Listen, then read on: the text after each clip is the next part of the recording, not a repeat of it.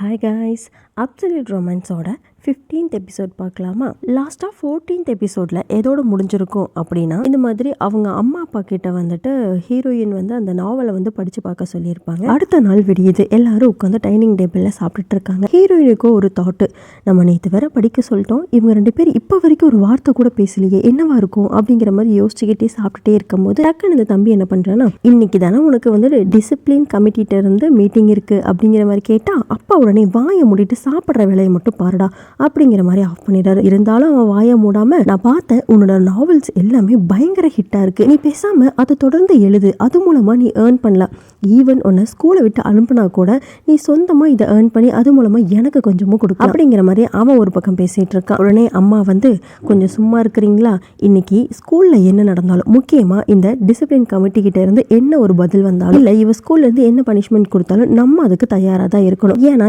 என்னதான் இருந்தாலும் நம்ம பொண்ணு நம்ம விட்டு கொடுக்க முடியாது, இருந்தாலும் அவங்களுக்குன்னு ஒரு ரூல்ஸ் அண்ட் ரெகுலேஷன்ஸ் இருக்கும், அதையும் நம்ம ஃபாலோ பண்ணி தான் ஆகணும் அப்படிங்கிற மாதிரி அம்மா சொல்கிறாங்க. எல்லாரும் சரி சரின்னு மண்டையாடிட்டு இருக்காங்க. அதே சமயம் ஹீரோவை தான் காட்டுறாங்க.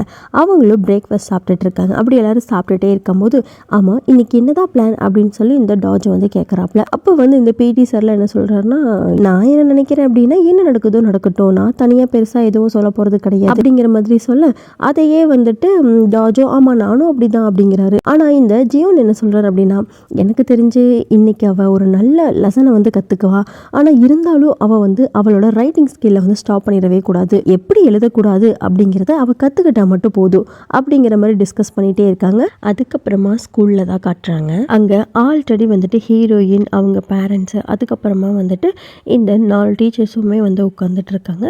கொஞ்ச நேரத்தில் இந்த டிசிப்ளின் கமிட்டியோட ஆளுங்களும் வந்துடுறாங்க. அப்படியே வந்து எல்லாரும் உட்காந்துடுறாங்க. அதுக்கப்புறமா வந்துட்டு அப்படியே ஸ்டார்ட் பண்ணுறாங்க. அப்போ தான் வந்து இந்த பிரின்சிபல் வந்துட்டு ஹீரோயின் அம்மா கிட்ட, நீங்கள் இதை பற்றி ஏதாவது சொல்ல விரும்புகிறீங்களா அப்படிங்கிற மாதிரி கேட்குறாங்க. அப்போ வந்துட்டு அவங்க என்ன சொல்கிறாங்க அப்படின்னா, என்னோட பொண்ணு வந்து சின்ன பொண்ணு தான், அவன் மேலே நான் இன்னும் கொஞ்சம் அக்கறை எடுத்து நல்லபடியாக பார்த்துருக்கணும், இதில் என்னோட மிஸ்டேக்குமே இருக்குது, அவள் இப்படி பண்ணியிருக்கக்கூடாது, அதுக்காக நான் ரொம்ப வருந்திக்கிறேன், இருந்தாலும் எங்களை பொறுத்த வரைக்கும் அவள் சின்ன பிள்ளை தான், ஸோ அவளுக்காக ஒரு வாய்ப்பு வந்து நீங்கள் கொடுங்கன்னு தான் நான் கேட்க முடியும், இதுக்கப்புறம் இந்த மாதிரி நடக்காம நான் அவளை பார்த்துக்குவேன் அப்படிங்கிற மாதிரிலாம் அவங்க அம்மா சொல்றாங்க. இருந்தாலும் இந்த பிரின்சிபல் வந்துட்டு, விக்டிம்ஸா இருக்கிற நீங்க 4 பேர் என்ன நினைக்கிறீங்க அப்படிங்கிற மாதிரி அவங்க கேட்குறாங்க. அப்போ என்ன சொல்றாரு அப்படின்னா, ஃபஸ்ட்டு டாஜ் வந்து எந்திரிச்சிருன்னு, இந்த மாதிரி அந்த பொண்ணு பண்ணது ரொம்ப பெரிய தப்பு தான், இதில் எங்களோட தனிப்பட்ட முடிவுன்னு எதுவும் கிடையாது, நீங்கள் எது சொன்னாலும் அதுக்கு நாங்கள் அக்செப்ட் பண்ணிக்கிறோம் அப்படிங்கிற மாதிரி சொல்லிடுறாங்க.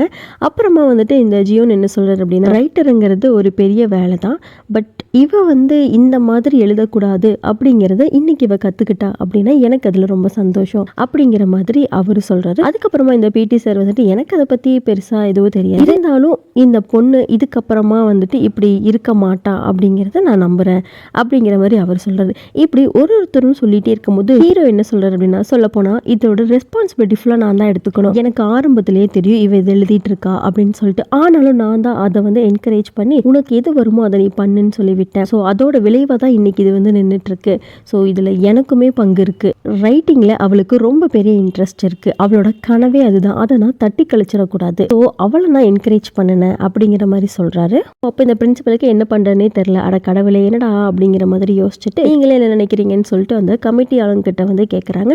அவங்க வந்துட்டு, இல்லை இதெல்லாம் தப்பு தான், ஸ்கூலில் இதெல்லாம் அலோவ் பண்ணக்கூடாது, இப்போ நம்ம இதை விட்டோம் அப்படின்னா அதுக்கப்புறமா பெரிய பெரிய கிரிமினல்லாம் ஆக ஆரம்பிச்சிருவாங்கன்னு சொல்லவும், இங்கே அவங்க அம்மாவுக்கு கிரிமினலா அப்படிங்கிற மாதிரி இருக்குது. இப்போ தான் வந்துட்டு இந்த பிரின்சிபல் ஹீரோயின் கிட்டே கேட்குறாங்க, இதுக்கப்புறம் நீ இதை விட்டுருவல்ல, இந்த மாதிரிலாம் எழுத மாட்டல்ல அப்படிங்கிற மாதிரி கேட்டால், இல்லை இதுக்கப்புறம் நான் வந்துட்டு கண்டிப்பாக நான் எழுதுறதை வந்து நிறுத்த மாட்டேன், ஏன்னா என்னோட பெரிய கனவே வந்து ஒரு பெரிய ரைட்டர் ஆகணும் அப்படின்னு சொல்லிட்டு தான், அதனால் ரைட்டிங்கை என்றைக்குமே நான் விட மாட்டேன், பட் இப்படி எழுதக்கூடாது அப்படிங்கிறத நான் புரிஞ்சுக்கிட்டேன், அதுக்காக என்னோட திறமையை நான் வந்துட்டு அப்படியே நிறுத்திட மாட்டேன் அப்படிங்கிற மாதிரிலாம் சொல்ல, என்னடா இந்த பொண்ணு இப்படி பேசுகிறாங்கிற மாதிரி இருக்குது. ஸோ அவங்களுக்கு வேறு வழி இல்லாமல் அவங்க என்ன பண்ணுறாங்கன்னா, சரி ஓகே இன்னும் 4 நாளில் வந்துட்டு உனக்கு என்ன பனிஷ்மெண்ட்டுங்கிறத நாங்கள் சொல்கிறோம் அப்படிங்கிற மாதிரி சொல்லிட்டு அவங்க கிளம்பிடுறாங்க. அதுக்கப்புறமா ஹீரோனோட பேரண்ட்ஸுமே, சரி ஓகே நீ பேசிட்டு வா, நாங்கள் வெளியில் வெயிட் பண்ணுறோம் அப்படின்னு சொல்லிட்டு அவங்களும் கிளம்பிடுறாங்க. இங்கே ஹீரோயின் வந்து, உண்மையாலுமே நான் ரொம்ப வருத்தப்படுறேன், உங்களை இந்த மாதிரி சித்தரிச்சு எழுதுனதுக்கு அதுக்கு ரொம்ப சாரி அப்படிங்கிற மாதிரி கேட்டுக்கிறாங்க. அப்போ ஜியோன் சார் வந்துட்டு, நீ எழுதுறதுலாம் தப்பு இல்லம்மா, அடுத்தவங்களோட கன்சர்ன் இல்லாம அவங்கள பத்தி எழுதுறது ரொம்ப பெரிய தப்பு,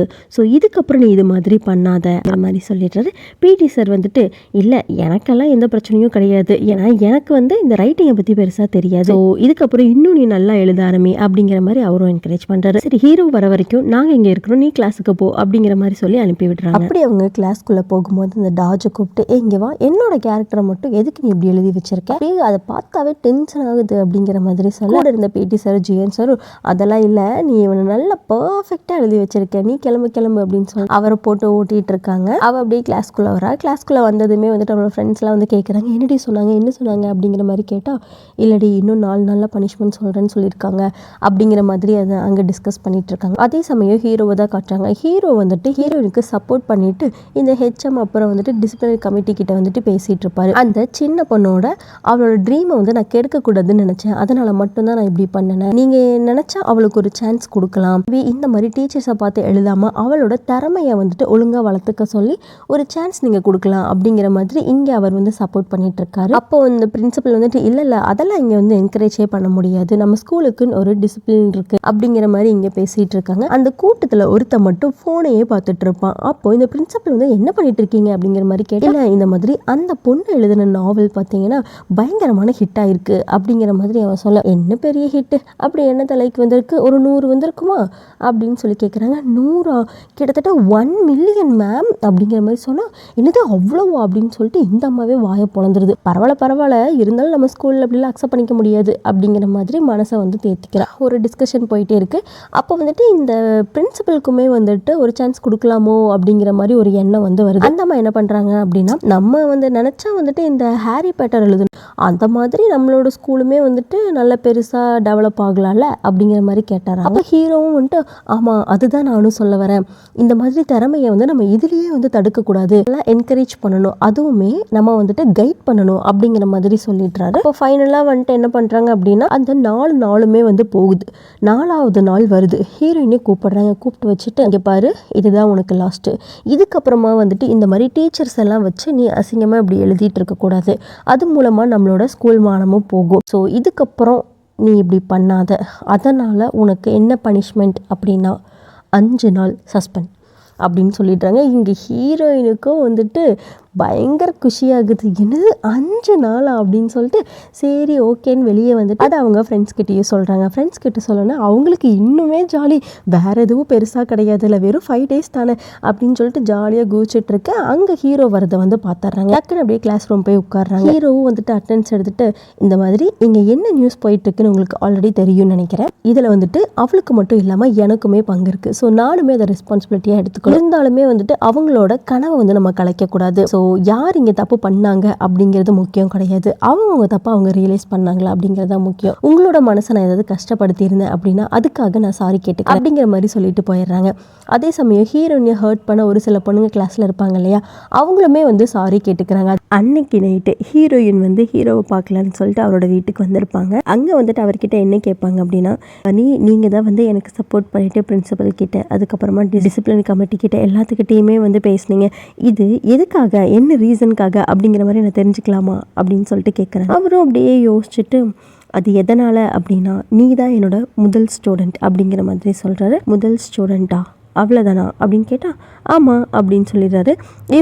இவங்க வேறு எதுவும் எக்ஸ்பெக்ட் பண்ணிட்டு வந்திருப்பாங்க போல், ஒரு மாதிரி ஆகிடுச்சு. சரி ஓகே நீ போய் நல்லா ரெஸ்ட் எடு, இந்த 4 நாள் வந்துட்டு வேறு எதுவும் பிரச்சனை இழுத்து வச்சுட்டு இருக்காமல் வீட்டுக்கு போ அப்படின்னு சொல்லி அனுப்பிவிட்டு அவரு கிளம்பிடுறாரு. இவங்களும் அப்படியே அவ்வளோதான் போல் அப்படின்னு சொல்லிட்டு வீட்டுக்கு வராங்க. வீட்டுக்கு வந்ததுக்கப்புறமா என்ன 4 நாள் ஜாலியாக ரெஸ்ட்டு தான், நல்லா தூங்குறது, எந்திரிக்கிறது, சாப்பிட்றது, மறுபடியும் தூங்குறது, எந்திரிக்கிறது, சாப்பிட்றது, இப்படியே ஒரு நாளும் ஓட்டி கரெக்டாக அந்த நாள் ஸ்கூலுக்கு போக வேண்டிய அந்த நாளுமே வந்துடுது.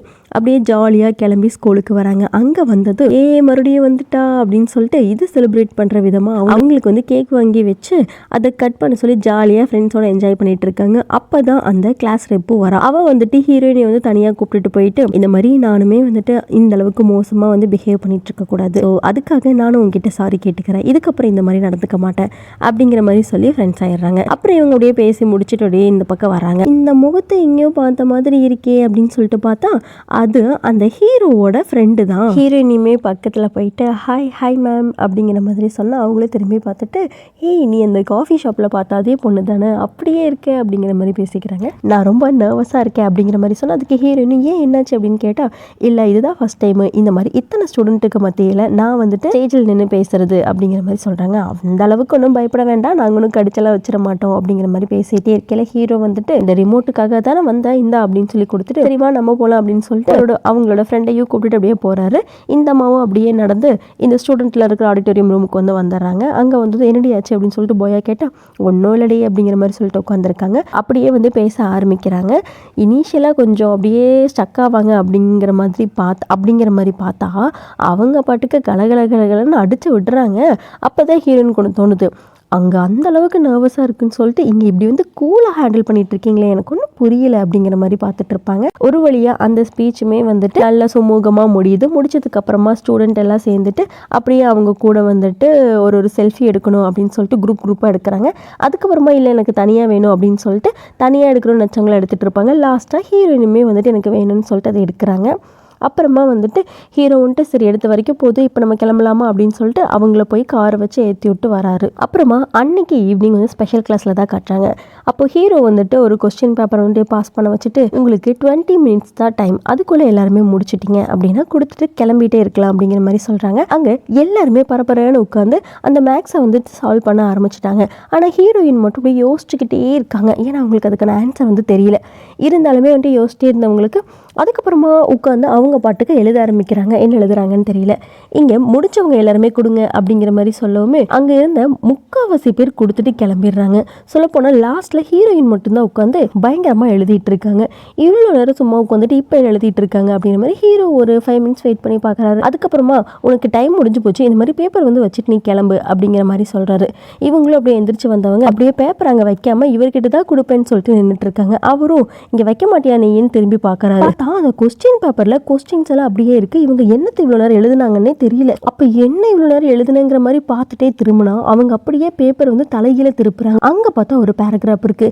என்னடா இது அப்படின்னு சொல்லிட்டு ஹீரோவும் அதை வாங்கி பார்க்குறாரு. இவங்க என்ன பண்ணுறாங்க அப்படின்னா இந்த மேக்ஸ் ஃபார்முலா இருக்குது இல்லையா, அதை அப்படியே அவங்களோட கவிதையோடு சேர்த்து இன்ஃப்யூஸ் பண்ணி ஒரு புது பேராகிராஃபாக எழுதியிருப்பாங்க. அதை படித்து பார்த்து இவர் ஃபீல் ஆவாருன்னு பார்த்தா அதை படித்து பார்த்து அதில் அப்சல்யூட் அப்படிங்கிறதுக்கு மிஸ்டேக்கு அப்படின்னு சொல்லிட்டு அதை கண்டுபிடிக்கிறாரு. இவ்வளோ பெரிய பேராகிராஃபில் உங்களுக்கு அதுதான் தெரிஞ்சுதா அப்படின்னு கேட்டால் ஆமாம் மிஸ்டேக்குனா மிஸ்டேக்கு தான் அப்படிங்கிறாரு. அதுக்கப்புறமா உங்களுக்கு அது புரியலையா, அதில் இருக்கிற வேல்யூ என்ன அப்படின்னா அந்த வேல்யூ வந்து நீங்கள் தான் அப்படிங்கிற மாதிரி சொல்லிடுறாங்க. ஹீரோ அப்படியே இருக்காரு. இப்படியே இந்த 15th எபிசோட் வந்து இங்க கம்ப்ளீட் ஆகுது. இனி நெக்ஸ்ட் வீடியோல பார்க்கலாம். டாடா பாய்.